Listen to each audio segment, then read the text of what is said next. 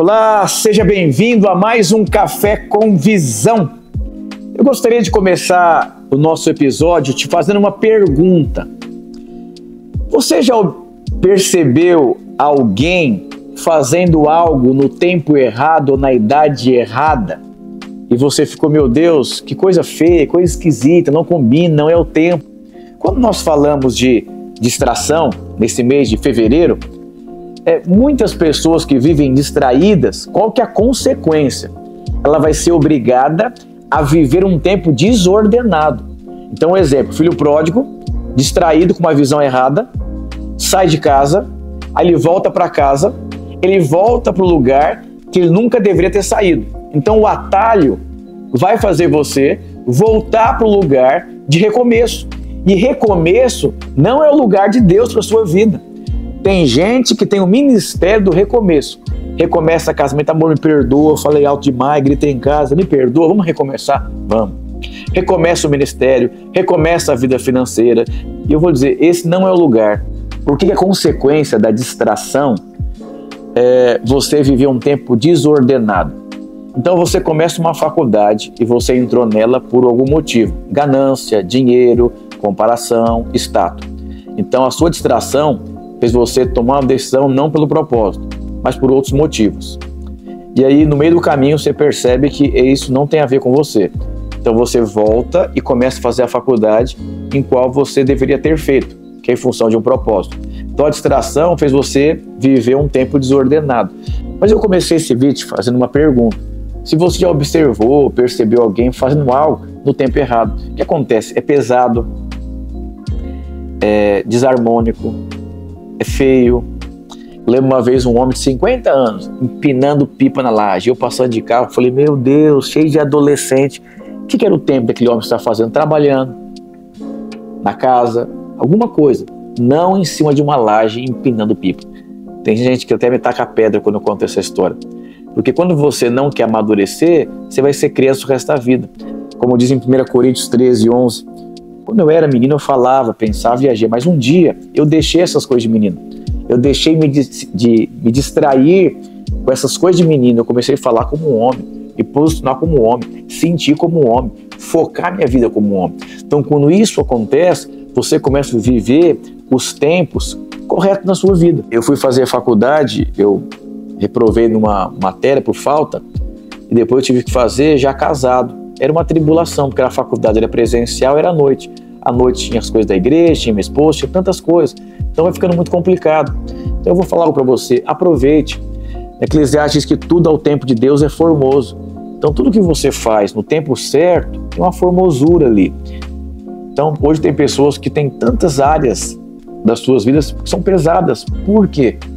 Tempo desordenado. Uma vez conversando com um homem, ele falou, pastor, eu decidi curtir meu casamento no máximo. Então eu vou ter filho quando não tiver mais vigor para desfrutar do meu casamento. Legal. Aí ele foi ter filho bem velho. Eu conversando com ele, eu falei, meu Deus do céu. Ele falou, pastor, não consigo ser pai. Eu não tenho vigor para ser pai. Aí você percebe, quando você está distraído com o seu casamento, que o casamento não é a sua vida, faz parte da sua vida.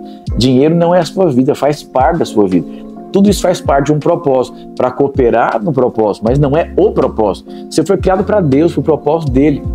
Aí você percebe que o cara está numa luta assim terrível para acompanhar o filho, não consegue jogar bola, não consegue conversar, assim, uma angústia. Tudo isso porque ele decidiu ter filhos em um tempo errado.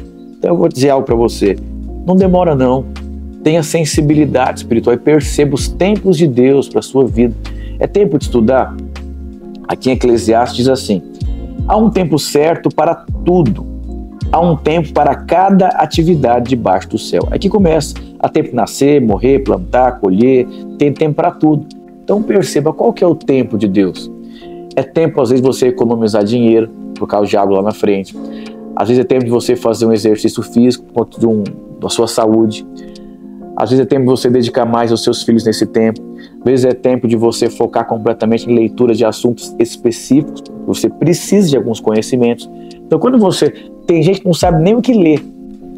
Uma vez uma pessoa falou, pastor, me indica um livro de criação de filhos.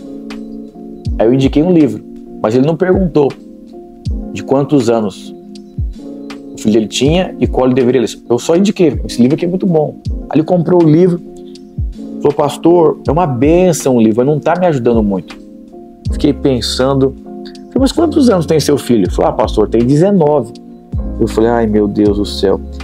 Ele perdeu dinheiro, perdeu tempo, porque não tinha mais filho pequeno. Então ele tinha que ler um outro tipo de livro. Aí depois eu indiquei para ele.